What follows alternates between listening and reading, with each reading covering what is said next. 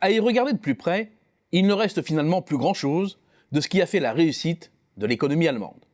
L'Allemagne est d'abord un pays où la main-d'œuvre est devenue chère, même comparée à la France, qui n'est pourtant pas considérée comme la référence en la matière. Le coût horaire dans l'industrie s'élève désormais à 40 € outre-Rhin. C'est 6,4% de plus par rapport à la main-d'œuvre française. C'est à front renversé avec la situation de 2008 où l'Allemagne avait un coût inférieur de 1,5%.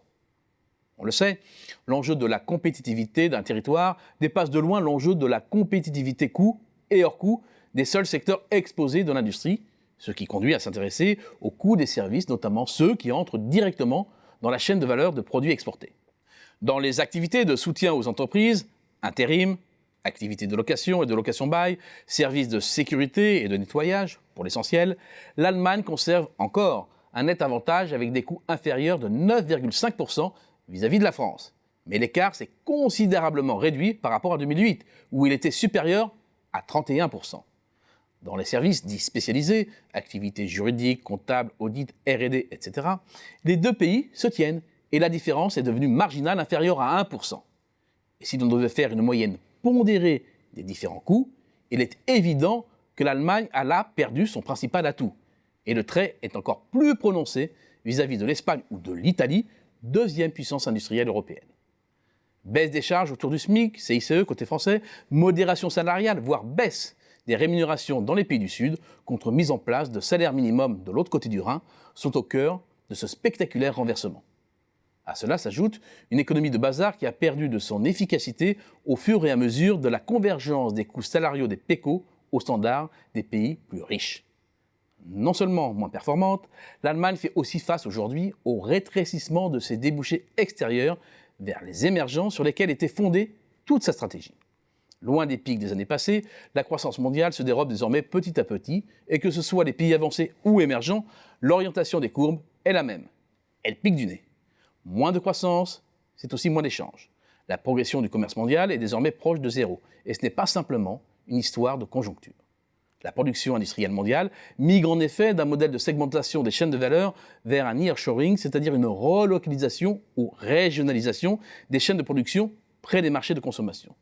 À cela s'ajoutent les difficultés des pays émergents à élargir et faire prospérer leur classe moyenne sur laquelle comptaient les industriels allemands pour assurer leur prospérité. Enfin, il faut aussi invoquer le développement d'une offre locale qui vient directement concurrencer les pays avancés, l'Allemagne en premier chef. L'Allemagne est aussi un pays où le coût du logement commence à sérieusement empiéter sur le revenu des ménages, à tel point que plusieurs manifestations ont eu lieu à Berlin et dans d'autres villes au printemps 2019 contre la folie des loyers. À l'achat, les prix de l'immobilier se sont envolés de plus de 51% depuis 2008. C'est 39 points supérieur environ à la moyenne de la zone euro et comparable, à la virgule près, à la flambée parisienne. À cette grande différence que c'est sur l'ensemble du territoire. Les salaires, même en hausse, n'ont pas suivi. Or, le consensus social outre-Rhin a longtemps été un troc entre modération salariale contre coût du logement contenu. Ce consensus est aujourd'hui caduc. Mais l'Allemagne, c'est aussi un système bancaire aux abois. L'agence de notation Moody's a ainsi abaissé la perspective des banques allemandes de stable à négative. Ces craintes portant sur la profitabilité et la solvabilité des établissements pour les 12 à 18 prochains mois, dans un contexte de taux d'intérêt au plancher. Une prise de position qui arrive juste après l'alerte lancée par la Banque centrale allemande qui juge le système bancaire très vulnérable face à un ralentissement économique inattendu et une hausse brutale des primes de risque. L'Allemagne, c'est aussi un pays qui a raté l'occasion de transformer la rente de ses réformes en infrastructures et en investissements d'avenir. Le pays passe ainsi à côté de son ambition d'être le leader de l'industrie 2.0 et de la transition écologique. La descente aux enfers de son secteur automobile en donne une parfaite illustration.